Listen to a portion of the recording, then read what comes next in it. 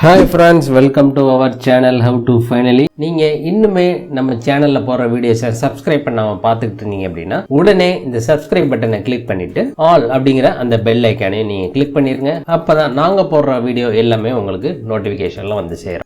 நாம் இன்னைக்கு இந்த வீடியோவில் ரொம்பவே ஒரு இம்பார்ட்டண்ட் அண்ட் யூஸ்ஃபுல்லான இன்ஃபர்மேஷன் பற்றி தான் பார்க்க போகிறோம். அது என்ன அப்படின்னு பார்த்துட்டீங்கன்னா, நீங்கள் இந்தியன் ஓவர்சீஸ் பேங்க் IOBயில் ஒரு அக்கௌண்ட் வச்சுருந்தீங்க அப்படின்னா இந்த வீடியோ உங்களுக்கு ரொம்பவே பயனுள்ளதாக இருக்கும். நீங்கள் IOBயில் ஒரு அக்கௌண்ட் வச்சுருக்கீங்க அப்படிங்கிற பட்சத்தில் உங்களுக்கு IOBயில் ஒரு கிரெடிட் கார்டு வேணும் அப்படிங்கிற பட்சத்தில் அந்த கிரெடிட் கார்டை நீங்கள் ஆன்லைன் மூலமாகவே எப்படி நீங்கள் அப்ளை பண்ணுறது அப்படிங்கிறத இந்த வீடியோவில் நம்ம பார்க்க போகிறோம். அதற்கு நீங்கள் ஃபஸ்ட்டு IOB அஃபீஷியல் வெப்சைட் வந்தீங்க அப்படின்னா அதனுடைய ஹோம் பேஜ் உங்களுக்கு இப்படி தான் ஷோ ஆகும். இதில் கீழே ஸ்க்ரோல் டவுன் பண்ணிட்டு வந்தீங்க அப்படின்னா கிரெடிட் கார்டு அப்படின்னு ஒரு ஆப்ஷன் கொடுத்துருக்காங்க. அதை நீங்கள் கிளிக் பண்ணி உள்ளே போங்க. ஒன்ஸ் நீங்கள் அதை கிளிக் பண்ணீங்க அப்படின்னா நெக்ஸ்ட் பேஜ் உங்களுக்கு இப்படி வந்திருக்கும். இதில் கிரெடிட் கார்டு அப்ளை ஆன்லைன் அப்படின்னு போட்டு உங்களுக்கு இருக்கும். அதை நீங்கள் கிளிக் பண்ணிக்கோங்க.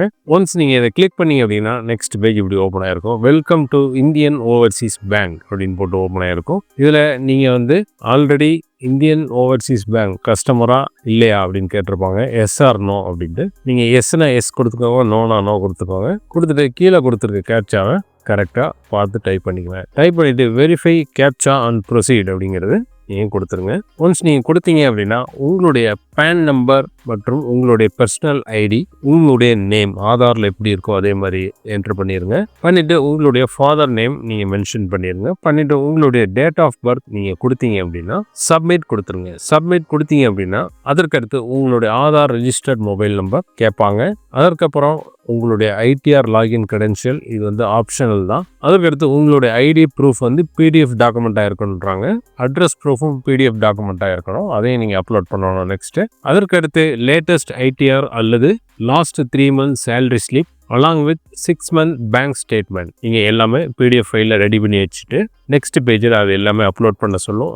நீங்கள் அப்லோட் பண்ணி முடிச்சிட்டீங்க அப்படின்னா அது எல்லா டாக்குமெண்ட்ஸும் வெரிஃபை பண்ணிவிட்டு உங்களுக்கு உண்டான லிமிட் அண்ட் கிரெடிட் கார்டு உங்களுடைய இந்த IOB கிரெடிட் கார்டு உங்களுடைய அட்ரஸ்க்கு அனுப்பி வச்சுருவாங்க. இப்படியாங்க நீங்கள் இந்தியன் ஓவர்சீஸ் பேங்க்கில் ஒரு கிரெடிட் கார்டு அப்ளை பண்ணணும் அப்படிங்கிறது தான் ஆன்லைன் மூலமாக அப்ளை பண்ணுறதுக்கு உண்டான ப்ரொசீஜர். இதற்கு என்னென்ன தேவை அப்படின்னு பாருங்க.